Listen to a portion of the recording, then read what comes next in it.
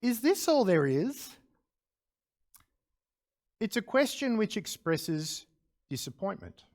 Disappointment that we have not found the satisfaction or the fulfillment that we're actually seeking in life. Now, there are many ways in life in which we seek satisfaction or fulfillment. One area of life where we seek that is with our career or our job, our work. I remember reading about one young lady who had studied really hard at school and at university in order to become a doctor.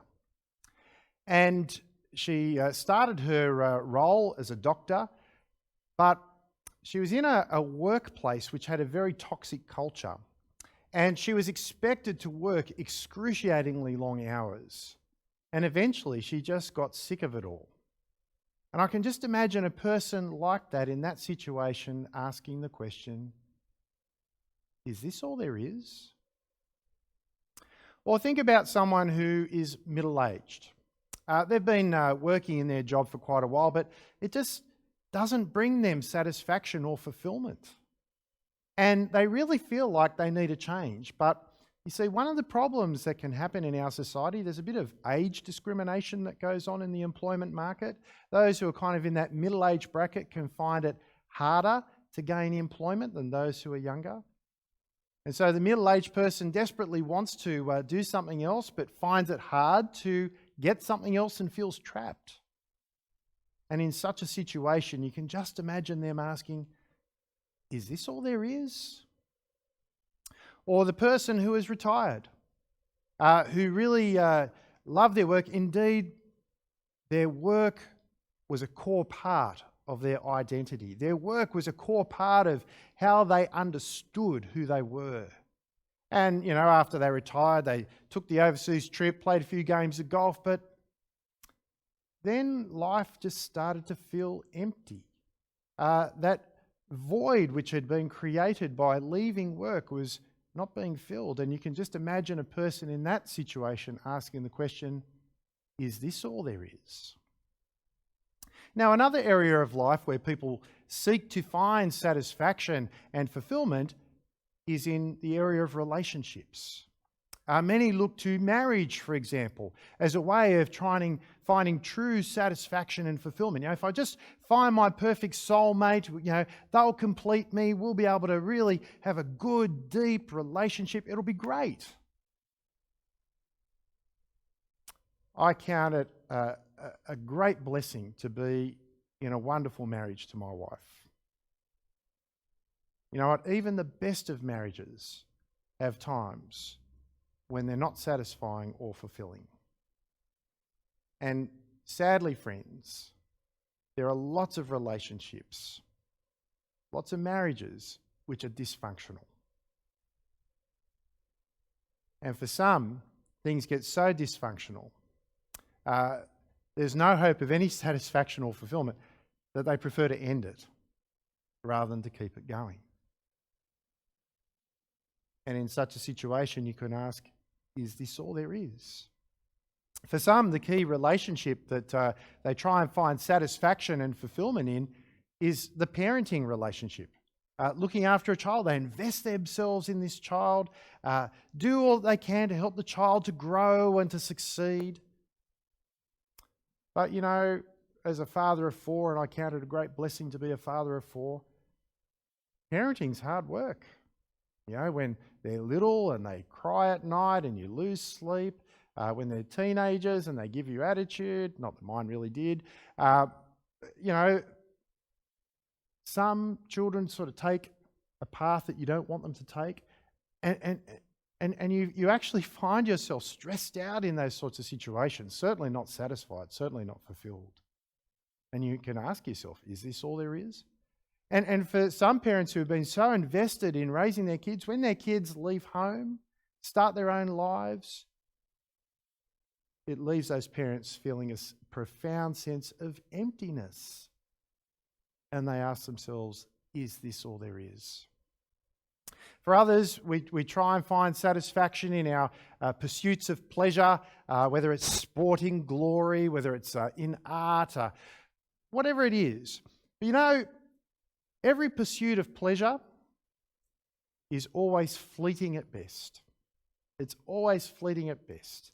And you have this great experience and you think, I've got to try and replicate that again. And you try and replicate it, well, it's actually not as good the next time. Well, maybe I've got to try something else to get that buzz. And as you keep sort of trying to pursue pleasurable things, and inevitably they're fleeting, you can ask yourself the question, is this all there is? Now, this morning, we are going to have a look at what the Bible has to say about this question, is this all there is? As Christians, we believe that the Bible is the Word of God, the Word of the one who created the universe and created us, and who therefore knows how we work best. So we're going to look at what the Bible says, and there are two main things that I'm going to draw out from God's Word. The first is why it is that we can find ourselves asking the question, is this all there is? Why it is that we can find ourselves dissatisfied and unfulfilled in life. The second thing I'm going to draw out from the Bible is a great promise that Jesus makes. A great promise that revolves around life being satisfying and truly fulfilling. But let's turn to this first issue of why it is that we can find life to be dissatisfying and unfulfilling. And this brings me to my first point for today, which is this. The things of this life will never bring us true fulfillment. That is, our careers, our relationships, our pursuits of pleasure, anything else in this life will never bring us the true sense of satisfaction and fulfillment that we desperately long for.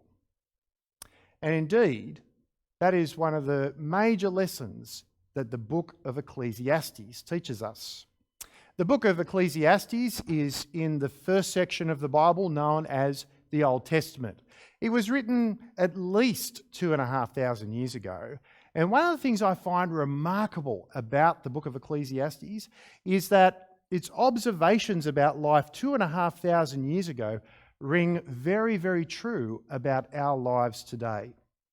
Indeed, as the book of Ecclesiastes says, there is nothing new under the sun. Now, there are two main voices that we hear as we read the book of Ecclesiastes. The first is the voice of one that I call the editor, the one who actually put the book together. We don't know who he was, but we hear his voice at the start of the book, we hear it in the middle, and we hear it towards the end as he makes a conclusion. The dominant voice in this book is the voice of one called the teacher. And we read about this teacher in Ecclesiastes 1, verses 12 to 13a, which says this. I, the teacher, was king over Israel in Jerusalem. I applied my mind to study and to explore by wisdom all that is done under the heavens. There are many people who look at these verses and think that King Solomon, a king who reigned over Israel from 970 to 930 BC, around that time, a king who was really well known for his wisdom and his great riches, people think that it's referring to Solomon. I'm not convinced it is referring to Solomon.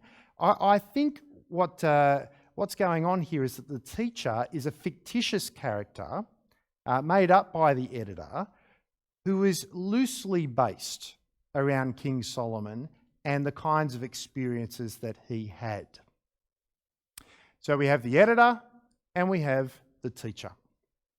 Now what we see is that the teacher seeks to find satisfaction and fulfillment in life. He tries to find meaning and purpose in life. And the way in which he tries to discover those things is not by hearing the voice of God from above the heavens, but by using wisdom to observe life under the heavens. He observes things in life.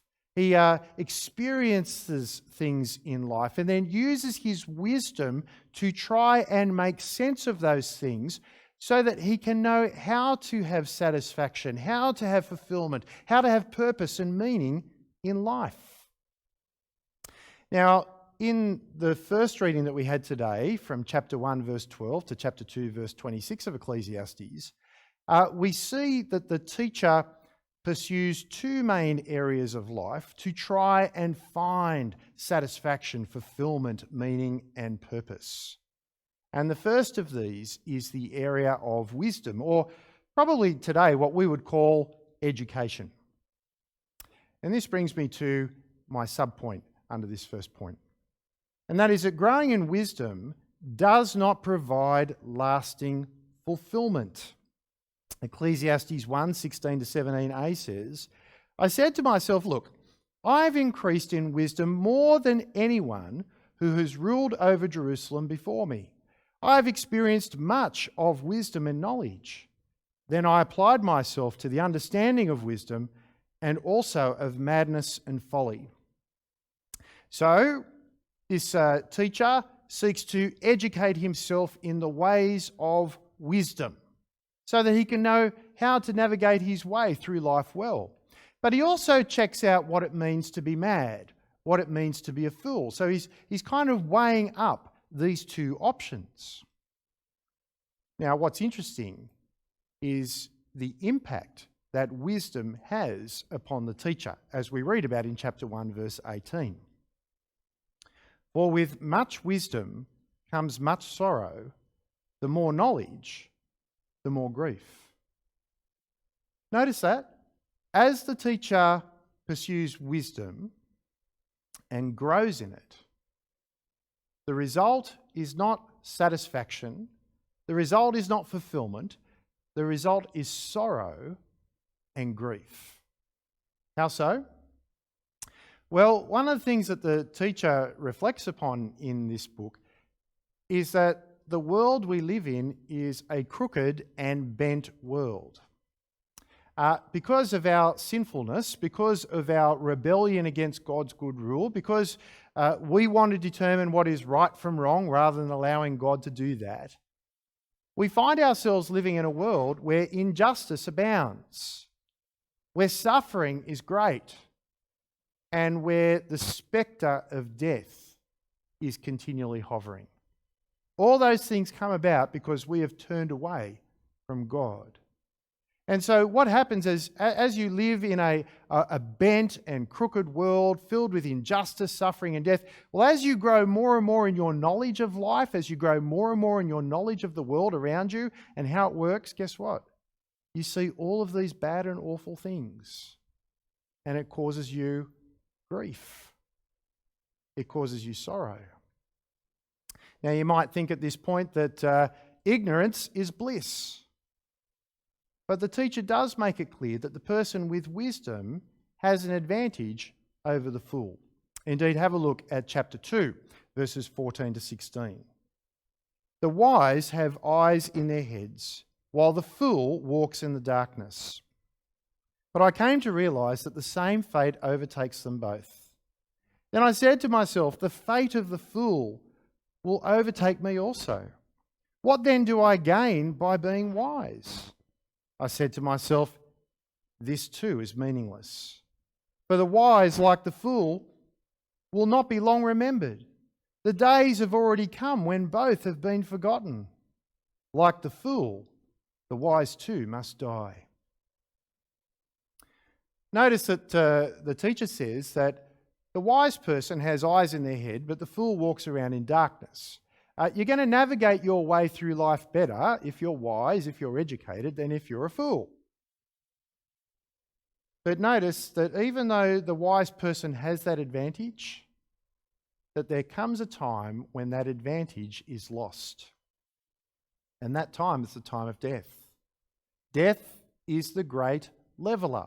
Death is the great equalizer. You can be the smartest, most educated and wise person that has ever existed, but when you die, that wisdom, that education is of no value to you compared to the fool, because you both meet the same fate.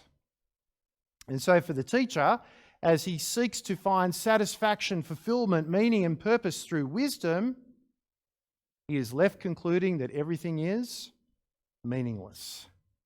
Is this all there is? Now, the other pursuit that the teacher engages in this section of Ecclesiastes that we're looking at today to try and find satisfaction and fulfillment and meaning and purpose is the pursuit of work and the pleasures that result from the work that we do. And this brings me to the next subpoint, which is that work and pleasure do not provide lasting fulfillment. Ecclesiastes 2:10-11. I denied myself nothing my eyes desired. I refused my heart no pleasure. My heart took delight in all my labour, and this was the reward for all my toil. Yet when I surveyed all that my hands had done, and what I had toiled to achieve, everything was meaningless, a chasing after the wind. Nothing was gained under the sun. In the verses just preceding these, we read about how the teacher had lots of riches and pleasures at his disposal. We also read about how he undertook great projects. He worked hard. And yes, there was certainly joy at times from the work that he did and from the resulting pleasures that came with it. But as he took a step back and asked the question, have I really gained true satisfaction, true fulfillment, true meaning, true purpose through this pursuit of work and pleasure? He was left to conclude that everything is meaningless. That ultimately, that work and the pleasures that he pursued did not bring him the lasting gain that he was after.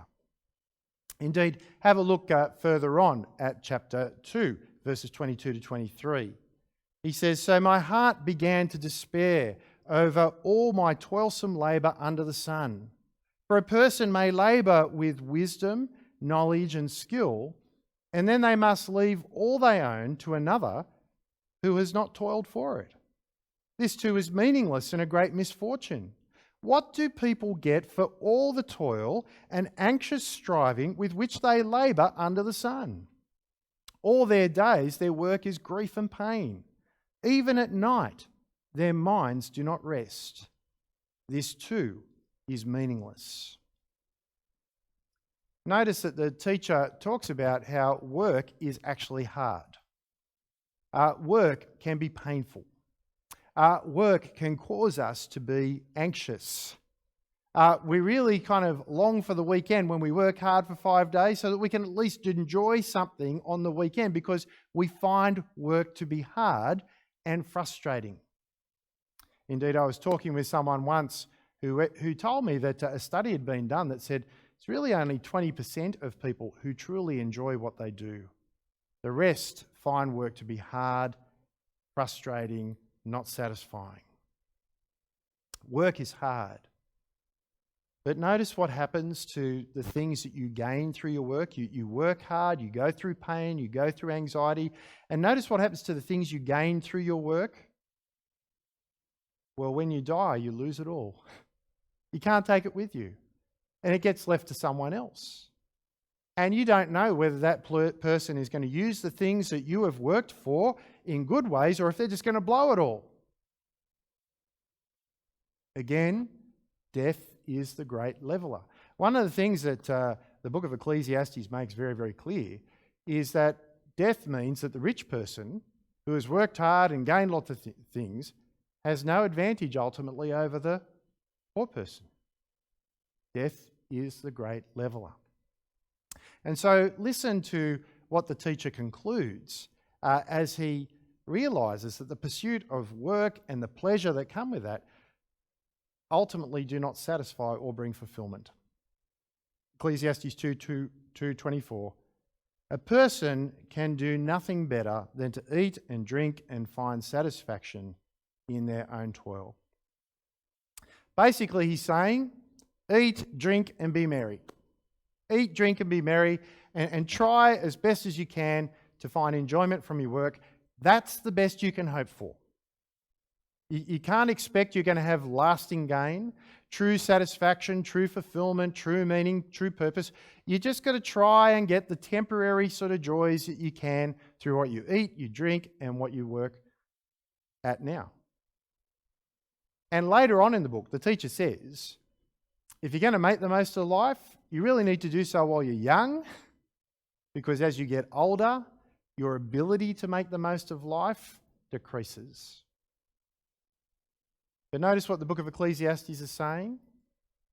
If you try and find satisfaction and fulfillment in the things of this life, in education, in your career, in your relationships, in your pleasurable pursuits, you are inevitably going to find yourself asking, is this all there is?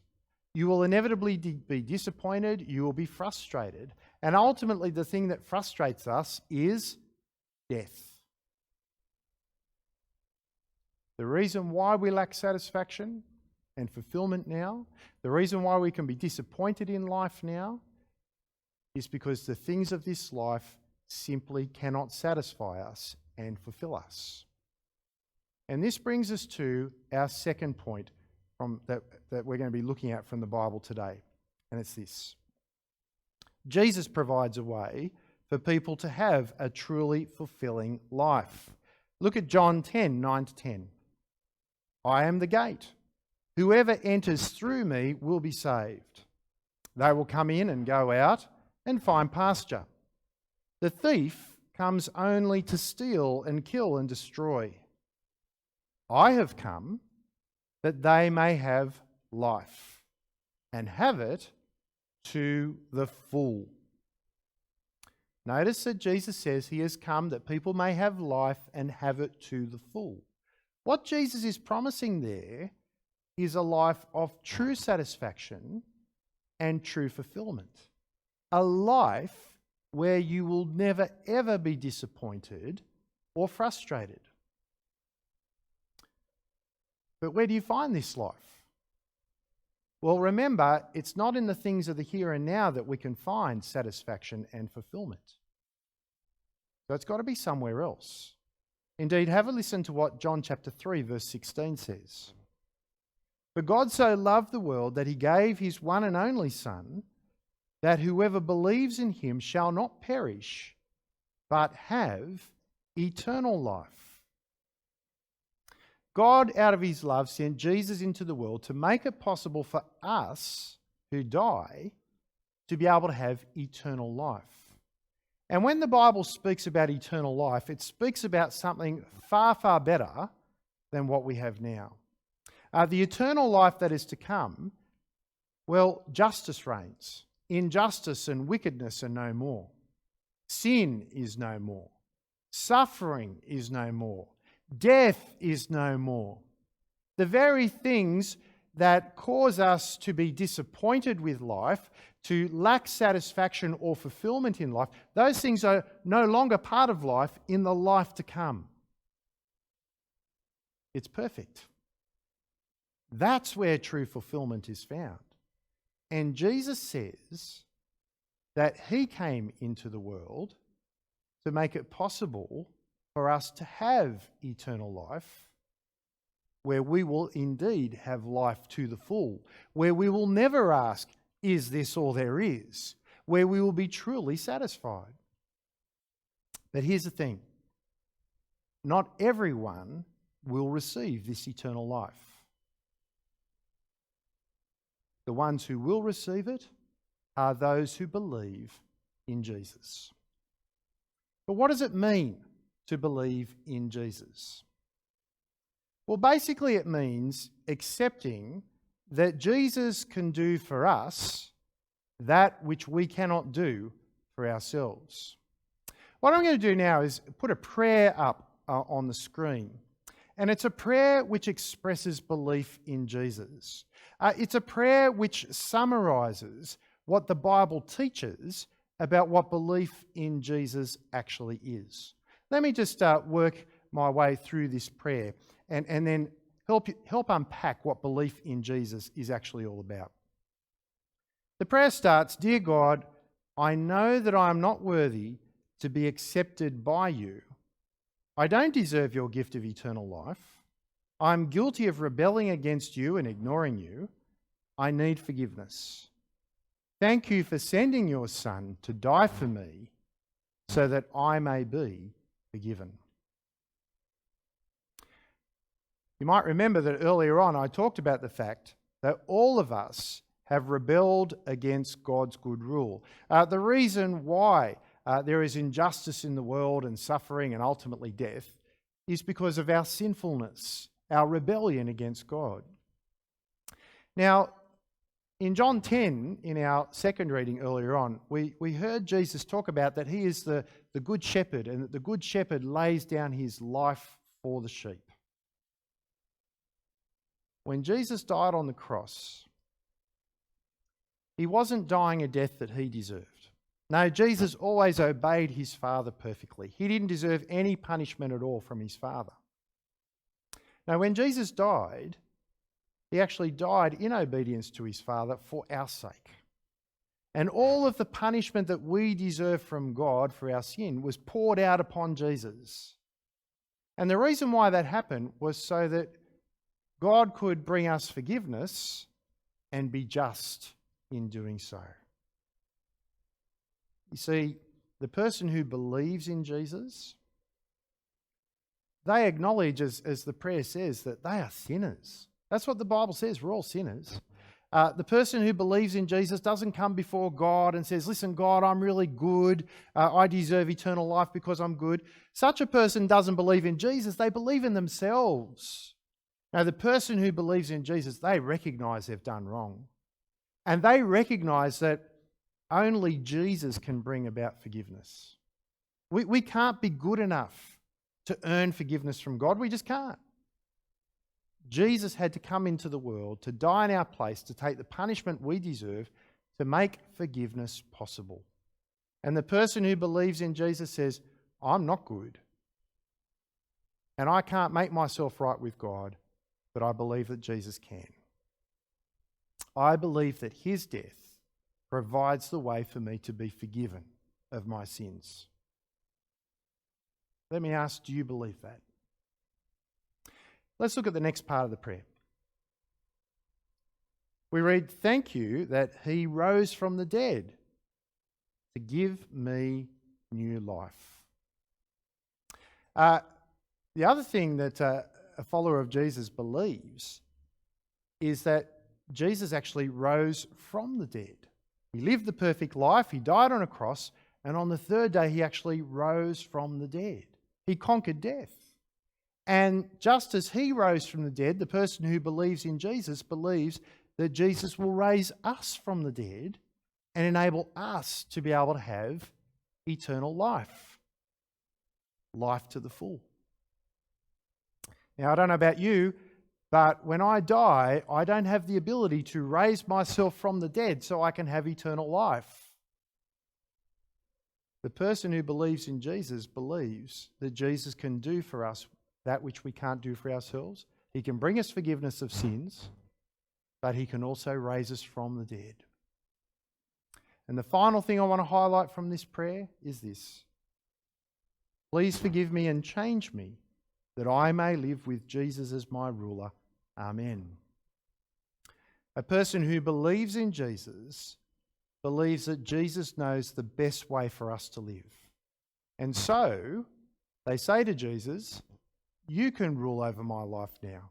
You know what's best for me. You know the best way for me to live. You have promised me life to full and the life to come. And your word actually shows me how I can flourish now as I wait for that truly fulfilling life. So Jesus, you can rule over my life. And if you believe in Jesus in that way, if you entrust the rule of your life over to him, then you will obey what he says. We don't obey God to be right with God, to have eternal life. We obey God, we obey Jesus because we trust that they know better than us the best way to live. I find the times in life when I am most dissatisfied and unfulfilled are the times when I'm doing what I think is right rather than what Jesus thinks is right. So the person who believes in Jesus accepts that Jesus can do that which they cannot do for themselves. He can bring forgiveness of sins, he can raise us from the dead, and he actually gives us the wisdom, much better than ours, so that we can flourish in life now while we wait for true fulfillment in the life to come. And so I want to ask you, do you believe in Jesus?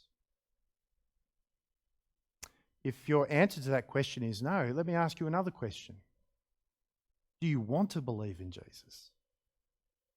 Well, if you do, join with me now in praying that prayer that we've just been working through, because it is certainly a prayer which expresses to God that you believe in Jesus. So I'll pray it now. You pray it out loud where you are, or pray it in the quietness of your mind. God will hear you either way. But let's pray. Dear God, I know that I am not worthy to be accepted by you. I don't deserve your gift of eternal life. I am guilty of rebelling against you and ignoring you. I need forgiveness. Thank you for sending your Son to die for me so that I may be forgiven. Thank you that he rose from the dead to give me new life. Please forgive me and change me, that I may live with Jesus as my ruler. Amen. Well, God has certainly heard that prayer.